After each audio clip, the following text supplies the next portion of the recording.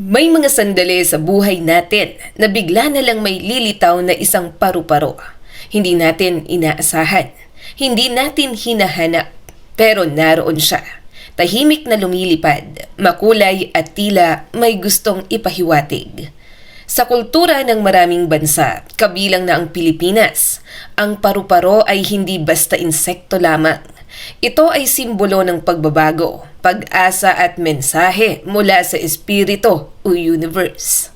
Pero alam mo ba na may kahulugan ng bawat kulay ng paru-paro? Hindi aksidente kung anong kulay ang unang lumipad sa harap mo, kung bakit sa araw ng lungkot mo, dilaw ang dumapo, o sa panahon ng takot mo, itim ang biglang lumitaw. Ngayong araw, tatalakayin natin ang 10 iba't ibang kulay ng paru-paro at ang mensaheng maaaring ipinapadala nila sa'yo. Makinig ka ng mabuti. Baka ito na ang sagot na matagal mo nang hinihintay. Number 10, puting paru-paro. Simbolo ng kapayapaan at mensahe ng yumao. Kapag nakakita ka ng puting paru-paro, lalo na sa mga sandaling tahimik ang paligid, madalas itong inuugnay sa kapayapaan ng kaluluwa. Ano ang mensahe nito? Ang puting paru-paro ay sinasabing mensahe mula sa yumao mong mahal sa buhay. Paalala na huwag kang matakot, senyales na pinoprotektahan ka. May mga kwento ng mga taong nakakita ng puting paru-paro pagkatapos mamatayan, nakaramdam ng kakaibang ginhawa matapos itong lumipad palayo. Pahiwatig nito sa'yo, hindi ka nag-iisa. May nagbabantay sa'yo kahit hindi mo sila nakikita. Panahon na para bitawan ang guilt at lungkot. Kung may dinadala kang bigat sa puso, ang puting paru-paro ay paalala na pinatawad ka na. Number 9, dilaw na paru-paro. Kulay ng saya, pag-asa at bagong simula. Ang dilaw ay kulay ng araw. Kaya hindi kataka-taka, ang dilaw na paru-paro ay simbolo ng liwanag sa gitna ng dilim. Kailan ito lumilitaw? Madalas lumitaw ang dilaw na paru-paro kapag ikaw ay nalulumbay, nawalan ng pag-asa, pagod na sa buhay.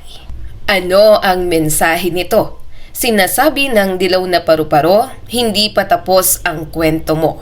May darating na magandang balita.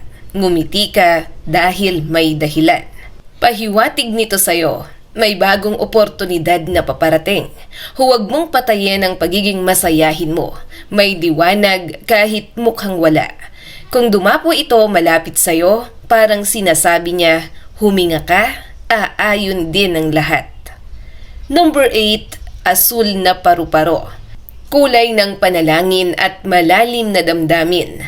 Ang asul na paru-paro ay bihira, kaya kapag nakita mo ito, hindi ito pangkaraniwan. Ano ang kahulugan nito? Ang asul na paru-paro ay simbolo ng espiritual na koneksyon, malalim na pag-iisip, mga panalangin hindi mo sinasabi sa iba. Mensahe nito, may panalangin kang naririnig, may sagot na paparating pero kailangan mo ng pasensya, tiwala sa proseso ng buhay. Pahiwatig nito sa'yo, huwag mong maliitin ang intuition mo, makinig sa sarili mong konsensya. May mas malalim na dahilan ang pinagdadaanan mo ngayon. Kung may desisyon kang kinatatakutan, ang asul na paru-paro ay paalala. Makinig sa puso, hindi sa ingay ng mundo. Number 7, itim na paru-paro. Hindi ito kamatayan. Ito ay pagbabago.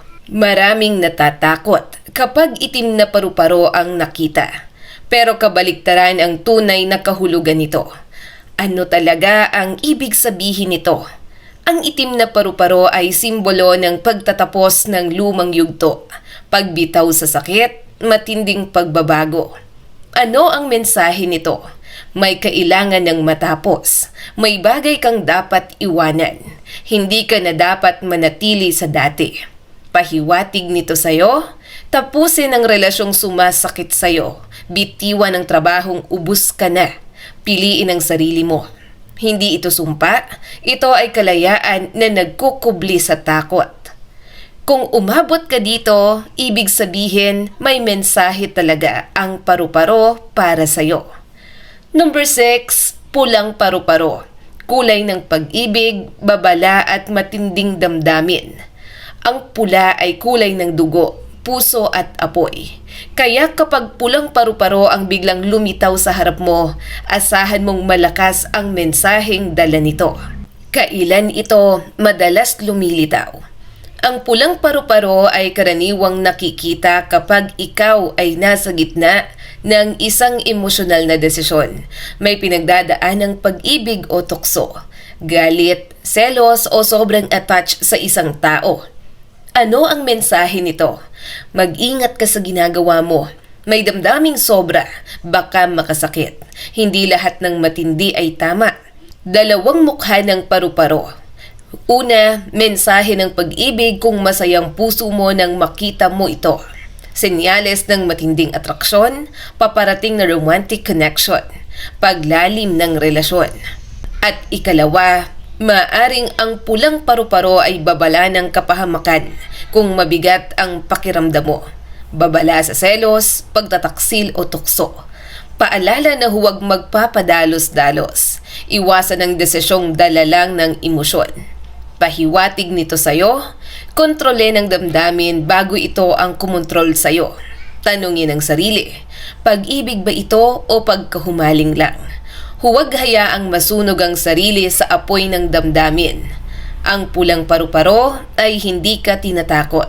Inaalalayan ka nitong piliin ang tama bago mahuli ang lahat. Number 5, kahel or orange na paru-paro.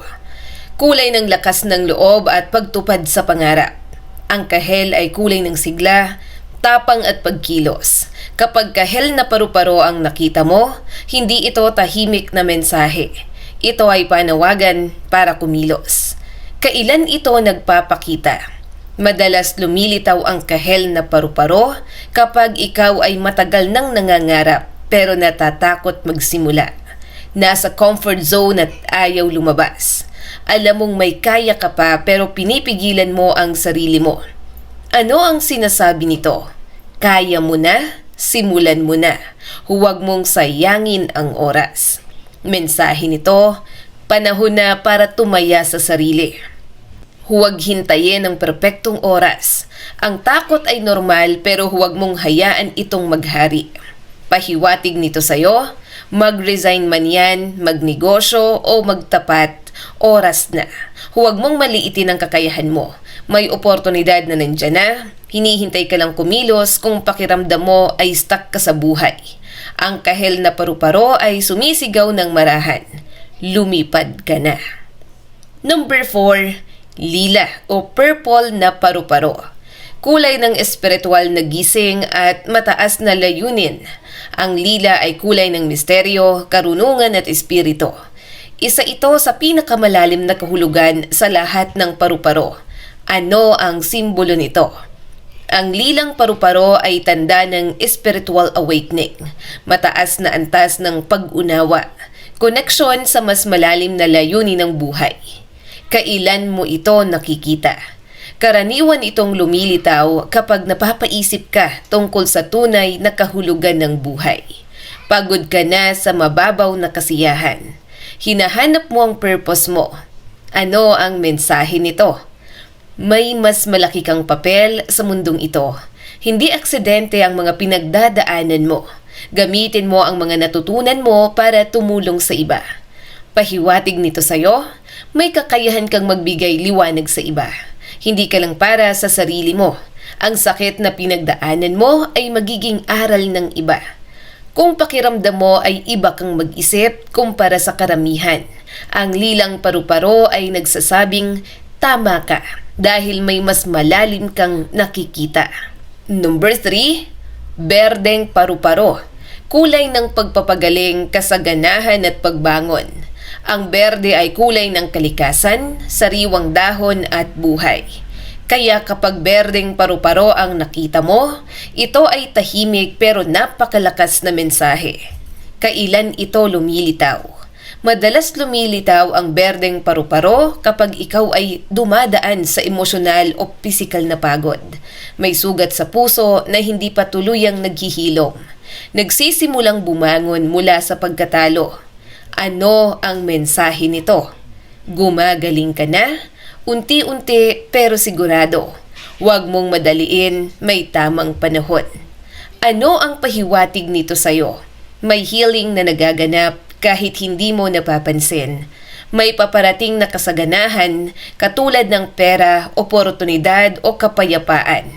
Ang mga luha mo noon ay hindi na sayang kung pakiramdam mo ay parang wala pa ring nangyayari sa buhay ko. Ang berdeng paru-paro ay sumasagot. May nangyayari pero tahimik lang. Number 2, kayumangging paru-paro. Kulay ng katotohanan, katatagan at babala. Ang kayumanggi ay kulay ng lupa, matibay, totoo at walang paligoy-ligoy. Kapag kayumangging paru-paro ang nakita mo, hindi ito parang bang aliw. Ito ay para magising ka. Kailan ito nagpapakita?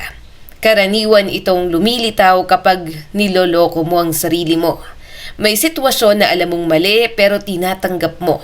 Nakatayo ka sa desisyong okay na to kahit hindi ka naman masaya. Ano ang mensahe nito? Harapin mo ang katotohanan. Hindi lahat ng matagal ay tama. May mas matibay kang kayang buuin. Pahiwatig nito sa'yo, oras na para maging praktikal at tapat sa sarili. Huwag umasa sa pangakong walang aksyon. Piliin ang pangmatagalang kapayapaan kaysa sa pansamantalang saya. Ang kayumangging paru-paro ay parang kaibigang hindi sweet magsalita pero totoo. Number 1, makukulay na paru-paro. Kulay ng kaganapan, swerte at buong ikot ng buhay. Kapag ang nakita mo ay makukulay na paru-paro, hindi lang isa kundi halo-halong kulay. Ito ang pinakamagandang senyales sa lahat. Ano ang ibig sabihin nito? Ang makukulay na paru-paro ay simbolo ng balanseng buhay, kaganapan ng isang yugto, masayang pagtanggap sa sarili.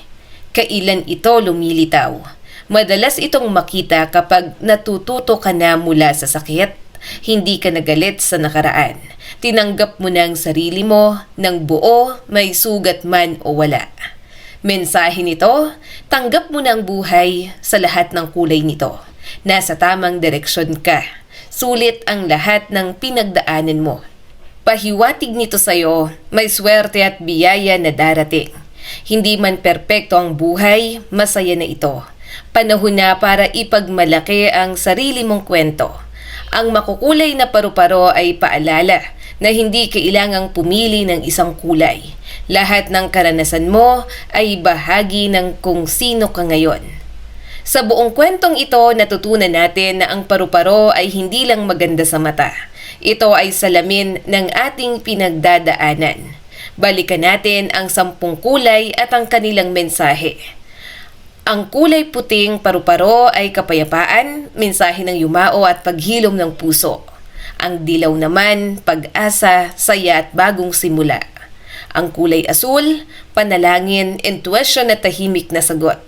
Ang itim na paru-paro, pagtatapos ng lumang yugto at matinding pagbabago. Pulang paru-paro, pag-ibig, tukso at babala sa emosyon. Ang kahel o ang orange ay tapang, aksyon at pagsisimula. Ang kulay lila o purple ay espiritual na gising at mas mataas na layunin. Ang berdeng paru-paro, pagpapagaling, kasaganahan at pagbangon. Ang kulay brown ay katotohanan, katatagan at realidad. At ang makukulay na paru-paro, kaganapan, pagtanggap sa sarili at swerte. Iisa lang ang sinasabi nila, may nangyayari sa buhay mo kahit hindi mo agad nakikita. Bago maging paru-paro ang isang uod ay gumagapang, nakatago at tila walang patutunguhan.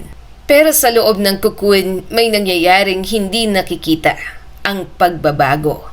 Ganyan din ang tao, may mga yugto sa buhay natin na wala tayong maipakita. Tahimik ang progress at pakiramdam natin ay napag-iwanan na tayo. Pero tulad ng paru-paro, hindi ibig sabihin na tahimik ay walang nangyayari. Hindi lahat ng pagbabago ay maingay. Hindi lahat ng sakit ay walang saysay. Hindi lahat ng paghihintay ay pagkatalo. Kung ano man ang kulay ng paru-parong dumapo sa buhay mo, ito ay paalala na may yugto kang tinatapos, may aral kang tinatanggap, at may version ka ng sarili mong paparating. Huwag kang mainip sa sarili mo dahil may proseso ang lahat. Kung nagustuhan mo ang video na to ka-amazing, huwag kalimutang mag-like and subscribe at pakishare na rin ang video na ito para mas marami pa ang makapanood.